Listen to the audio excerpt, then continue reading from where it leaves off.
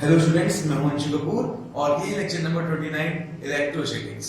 और आज का टॉपिक है electric field intensity due to uniformly charge insulating solid sphere. तो इसमें देखिए हम यूनिफॉर्मली चार्ज सॉलिड स्फीयर और एक नाम आता है इंसुलेटिंग स्फीयर। तो जहां पर इंसुलेटिंग स्फीयर की बात आती है वहां पर चार्ज पूरे वॉल्यूम में डिस्ट्रीब्यूट होगा। अगर हम यहाँ पे बोलते कंडक्टिंग स्फीयर तो कंडक्टर में चार्ज केवल सरफेस पर ही डिस्ट्रीब्यूट होता है, कंडक्टर के अंदर नेट चार्ज जीरो होता है और इंसुलेटिंग के अंदर नेट चार्ज जीरो नहीं होता है और अंदर की चार्ज डिस्ट्रीब्यूट होता है, इसलिए हमने यहाँ पर नाम दिया इंसुलेटिंग स्फीयर। कंडक्टर के लिए चार्ज सरफेस पर ही डिस्ट्रीब्यूट क्यों होता है, इस बात को हम नेक्स्ट लेक्चर्स में पढ़ेंगे। तो आपको ये बात ध्यान रखनी है कि इंसुलेटिंग स्फीयर में चार्ज पूरा यूनिफॉर्मली पूरे वॉल्यूम में डिस्ट्रीब्यूट होता है। ओके, तो हमने यहां पे बताया कि क्यों चार्ज यूनिफॉर्मली डिस्ट्रीब्यूट है और the volume of the solid sphere. तो charge distribute on the volume, तो यहां पे लेंगे volume charge density, charge per unit volume, और स्फीयर का वॉल्यूम कितना होता है 4/3 पाई आर क्यूब। ओके, तो यहां पे देखिए सबसे पहले हमें इलेक्ट्रिक फील्ड इंटेंसिटी को कैलकुलेट करना है आउटसाइड द पॉइंट। यहां पे एक पॉइंट लेते हैं P, इस पॉइंट पे हमें इलेक्ट्रिक फील्ड इंटेंसिटी को कैलकुलेट करना है। जिस पॉइंट पे हमें इलेक्ट्रिक फील्ड इंटेंसिटी को कैलकुलेट करना होता है वहां से हमें गॉसियन सरफेस को बनाते हैं। ओके, तो हमने यहां पर एक गॉसियन सरफेस को बनाया और गॉसियन सरफेस ने कितना चार्ज एनक्लोज किया Q। फिर से आपको पता है गॉसियन सरफेस पे क्या करेंगे, स्मॉल एरिया एलिमेंट ds को बनाएंगे और वहां से एक इलेक्ट्रिक लाइन ऑफ फोर्स को पास करेंगे। ओके, यहां से एक इलेक्ट्रिक लाइन ऑफ फोर्स को हम पास करते हैं E वेक्टर। ओके, ठीक है, तो वही ds वेक्टर कैसे करोगे, perpendicular to the surface and outward. ठीक है, फिर से एंगल कितना बना 0 डिग्री। तो आपको पता है कि कहीं से भी यहाँ पे स्फीयर है तो इलेक्ट्रिक फील्ड इंटेंसिटी यहाँ से आउटवर्ड रेडियली आउटवर्ड होगा। तो हमने यहाँ से रेडियली आउटवर्ड एक इलेक्ट्रिक फील्ड लिया, यहाँ पे एक स्मॉल एरिया एलिमेंट किया और उसके परपेंडिकुलर ds वेक्टर बनाया। E वेक्टर और ds वेक्टर के बीच में एंगल कितना बना 0 डिग्री। ओके, तो अब अपना प्रोसेस स्टार्ट करते हैं। यहाँ पे लिखते हैं charge okay according to Gauss law, according to Gauss law, E vector dot ds vector equals to q by epsilon naught। Okay, यहां पर आप मुझे बताइए कि E वेक्टर और ds वेक्टर के बीच में एंगल कितना है, E ds cos 0 degree equals to q by, हमने पहले डेरिवेशन में भी ऐसा किया है, इसका डेरिवेशन सेम वैसा ही है जैसा होलो स्फीयर के लिए हमने किया था। cos 01 E constant at all point on the Gaussian surface and integration of ds is 4 pi small r square। क्यों, हमने यहाँ पे किसका सरफेस एरिया लिया है टोटल, इस गॉसियन सरफेस का एरिया, और गॉसियन सरफेस की रेडियस यहां से लेकर यहां तक कितनी है r, और स्फीयर का एरिया कितना होता है surface area 4 pi r square. तो यहां पर 4 pi small r square, radius किसके लिए है गॉसियन सरफेस की। ओके, तो E equals to q upon 4 pi epsilon naught r square, यहां पे बन जाएगा k q upon r square. अगर फैक्टर फॉर्म लिखूंगा तो इलेक्ट्रिक फील्ड कैसे है रेडियली आउटवर्ड, तो रेडियली आउटवर्ड के लिए r कैप, रेडियली आउटवर्ड के लिए r कैप। तो पॉइंट B पर हमें इलेक्ट्रिक फील्ड इंटेंसिटी को कैलकुलेट करना है at on the surface of the sphere पर, स्फीयर की सरफेस पर कैलकुलेट करना है। और जिस पर हमें इलेक्ट्रिक फील्ड इंटेंसिटी कैलकुलेट करनी होती है, पहले इस पॉइंट पे इलेक्ट्रिक फील्ड इंटेंसिटी कैलकुलेट करनी थी, अब हमें सरफेस पर, तो सरफेस पर एक पॉइंट को P यहां ले लेंगे और ये ओके इसको हटा देंगे क्योंकि इस बार हमसे इलेक्ट्रिक फील्ड इंटेंसिटी कहां पूछी है, सरफेस पर, तो हमें P पॉइंट भी सरफेस पे लेना है और यहां से हमें गॉसियन सरफेस बनाना है जो किसके अलोंग चलेगा, स्फीयर की सरफेस के अलोंग चलेगा। ओके, तो ये बन गया गॉसियन सरफेस। ठीक है, तो यहां से हमें इलेक्ट्रिक फील्ड इंटेंसिटी को बाहर निकालना है रेडियली आउटवर्ड, और यहां पर हमें स्मॉल एरिया एलिमेंट भी लेना है ds, और इसके आउटवर्ड और परपेंडिकुलर ds वेक्टर, फिर से कितना एंगल 0, और ये डिस्टेंस कितनी है r। ओके, तो सब कुछ वही रहेगा अकॉर्डिंग टू गॉस लॉ, ये स्टेप सेम रहेगा, EDS cos 0 q upon epsilon। Okay, इस बार जो गॉसियन सरफेस है उसकी रेडियस कितनी है, कैपिटल R स्क्वायर। यहां पे क्या लिखेंगे, capital R square, capital R square, okay, and capital R। This is the electric field intensity at the surface. तो आप देखिए सरफेस पर ज्यादा है या नहीं है, तो आउटसाइड से सरफेस पर ज्यादा है क्योंकि इसमें R square, small r square था, स्मॉल r स्क्वायर की वैल्यू कैपिटल R स्क्वायर से ज्यादा थी, तो कैपिटल R स्क्वायर की वैल्यू कम और अपॉन में वैल्यू कम, तो इलेक्ट्रिक फील्ड इंटेंसिटी ज्यादा, तो सरफेस पर इलेक्ट्रिक फील्ड इंटेंसिटी आउटसाइड से ज्यादा होती है। तो पार्ट सी में हमें यूनिफॉर्मली सॉलिड स्फीयर के कारण उसके अंदर इलेक्ट्रिक फील्ड इंटेंसिटी को कैलकुलेट करना है, और हमें जहां इलेक्ट्रिक फील्ड इंटेंसिटी को कैलकुलेट करना होता है वहां से हम एक गॉसियन सरफेस को ड्रॉ करते हैं। तो इधर देखिए आप, इस पॉइंट P से हम इस बार एक गॉसियन सरफेस को ड्रॉ करेंगे। हम देख रहे हैं इस सॉलिड स्फीयर में पूरे वॉल्यूम में चार्ज डिस्ट्रीब्यूट है। अगर हम यहां से एक गॉसियन सरफेस को ड्रॉ करते हैं, ओके, तो ये इस तरह से,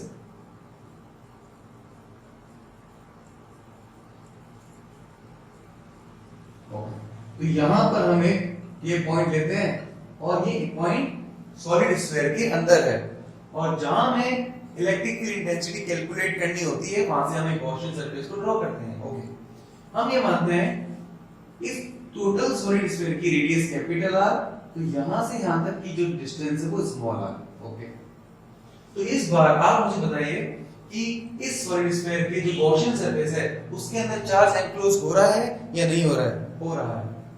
तो हमें जो गॉसियन सरफेस चार्ज एनक्लोज करता है उसकी वैल्यू हमें फाइंड करनी होती है। तो गॉसियन सरफेस कितना चार्ज एनक्लोज कर रहा है, q डैश। पूरे सॉलिड स्फीयर पे चार्ज कितना है, q। पूरे सॉलिड स्फीयर का चार्ज है q, और गॉसियन सरफेस के अंदर का चार्ज है q डैश। ओके, तो यहां पे अगर हमें q डैश निकालना है, अगर हमें q डैश की वैल्यू चाहिए, क्योंकि हमें कैपिटल Q की वैल्यू पता है, q डैश की वैल्यू नहीं पता, तो हमें q डैश की वैल्यू अगर निकालनी है गॉसियन सरफेस के अंदर वाले चार्ज की, तो हमें चार्ज पर यूनिट वॉल्यूम निकालना होगा, और जितने रिक्वायर्ड वॉल्यूम में हम चार्ज को निकालना चाहते हैं उस वॉल्यूम की मल्टीप्लाई करनी होगी, क्योंकि चार्ज वॉल्यूम में डिस्ट्रीब्यूट है। ये पॉइंट मेन है इसका, क्योंकि चार्ज वॉल्यूम में डिस्ट्रीब्यूट है, तो सबसे पहले आप चार्ज पर यूनिट वॉल्यूम निकाल लीजिए, और जितने वॉल्यूम में आपको चार्ज फाइंड करना है उस वॉल्यूम को मल्टीप्लाई कर दीजिए। तो मेन पॉइंट यही है। तो फिर से देखिए, यहां पे q डैश, यहां पे लिखते हैं charge per unit volume, total charge is q upon volume, और जितने वॉल्यूम में हमें चार्ज को निकालना है रिक्वायर्ड वॉल्यूम की मल्टीप्लाई करेंगे। तो charge per unit volume into required volume, इसका वॉल्यूम कितना, v डैश, टोटल वॉल्यूम कितना v, तो charge per unit volume into required volume, ये बात आपको ध्यान रखनी है। तो इसको सॉल्व करते हैं आगे, q dash q by v, total volume कितना है 4/3, स्फीयर का वॉल्यूम 4/3 पाई r क्यूब, और अंदर वाले स्फीयर का वॉल्यूम 4/3 पाई स्मॉल r क्यूब। ओके, तो यहां से 4/3 पाई कैंसिल आउट, और q डैश कितना आ गया, q r cube upon r cube. Okay, so this is equation number 1। अब हम वही जो मेथड हम यूज करते हैं गॉसियन सरफेस के गॉस लॉ हम लेते हैं, तो बाय यूजिंग गॉस लॉ क्या होता है, E vector dot ds vector equal to q dash by epsilon naught. इस बार मैंने q डैश क्यों लिया आपको समझ में आना चाहिए, क्योंकि गॉसियन सरफेस ने कितना चार्ज एनक्लोज किया q डैश। ओके, तो इस बार फिर से इस पॉइंट पे हमें इलेक्ट्रिक फील्ड इंटेंसिटी कैलकुलेट करनी है। तो यहां से इलेक्ट्रिक फील्ड इंटेंसिटी डायरेक्शन क्या होगी, रेडियली आउटवर्ड। ओके, और यहां पे मैं एक स्मॉल एरिया एलिमेंट लूंगा ds और उसके परपेंडिकुलर और आउटवर्ड होगा ds vector and theta equal to 0 degree, जो सब में हम करते हैं। तो यहां पर EDS cos 0 equal to q dash by epsilon naught. q dash की वैल्यू कितनी है, q, okay, q r cube upon capital R cube, q r cube upon capital R cube. cos 0 कितना हुआ 1, यहां पर EDS cos 0 1 QR cube by capital R cube. Okay, यहां पर अपन में एप्सिलॉन नॉट भी आएगा, epsilon naught q dash by epsilon naught, q dash की वैल्यू यहां से पुट की थी QR cube upon R cube और अपॉन में एप्सिलॉन। ओके, तो यहां पे देखिए E बाहर कॉमन आ जाएगा, क्योंकि हर गॉसियन सरफेस के हर पॉइंट पर इलेक्ट्रिक फील्ड इंटेंसिटी कांस्टेंट रहेगी और कांस्टेंट इंटीग्रेशन से बाहर आएगा QR cube capital R cube epsilon not. Okay, आपको पता है कि गॉसियन सरफेस स्फेरिकल है और इसका सरफेस एरिया कितना होगा 4 पाई स्मॉल r स्क्वायर, क्योंकि गॉसियन सरफेस की रेडियस कितनी है small r। Okay, QR cube upon epsilon naught R cube. Okay, तो R स्क्वायर से ये R क्यूब कैंसिल, यहां पर आ जाएगा small r। E equals to Q R upon 4 pi epsilon naught R cube. तो यहां पर 1 अपॉन 4 पाई एप्सिलॉन नॉट क्या बन जाता है K।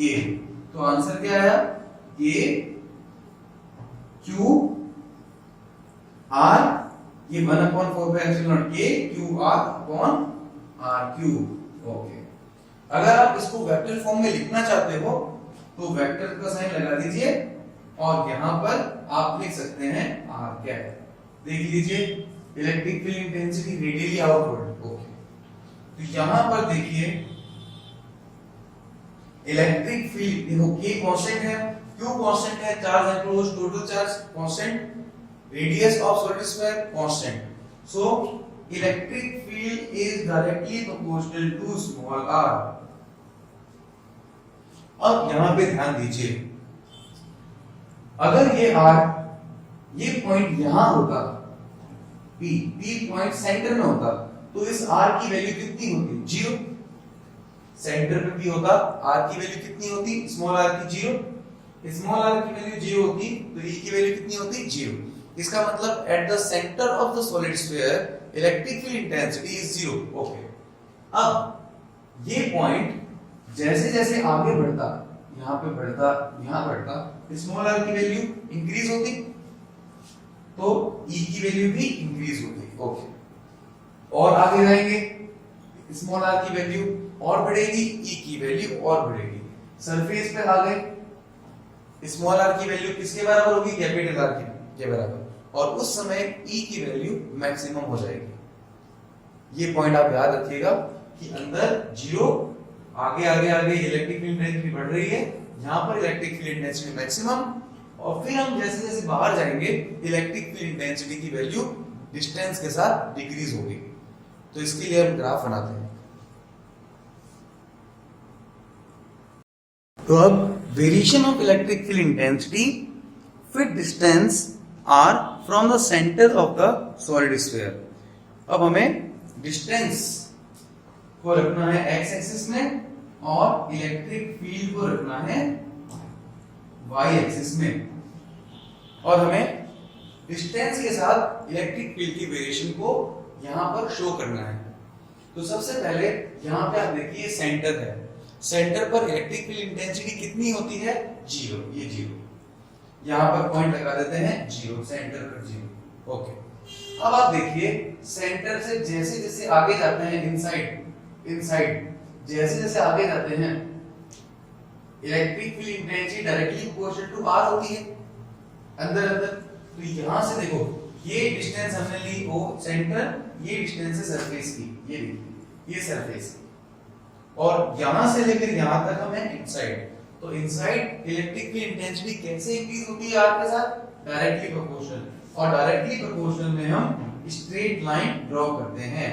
ओके, ये देखिए डायरेक्टली प्रोपोर्शनल में स्ट्रेट लाइन, अंदर ई inside directly proportional to R, और मैक्सिमम कहां पर है?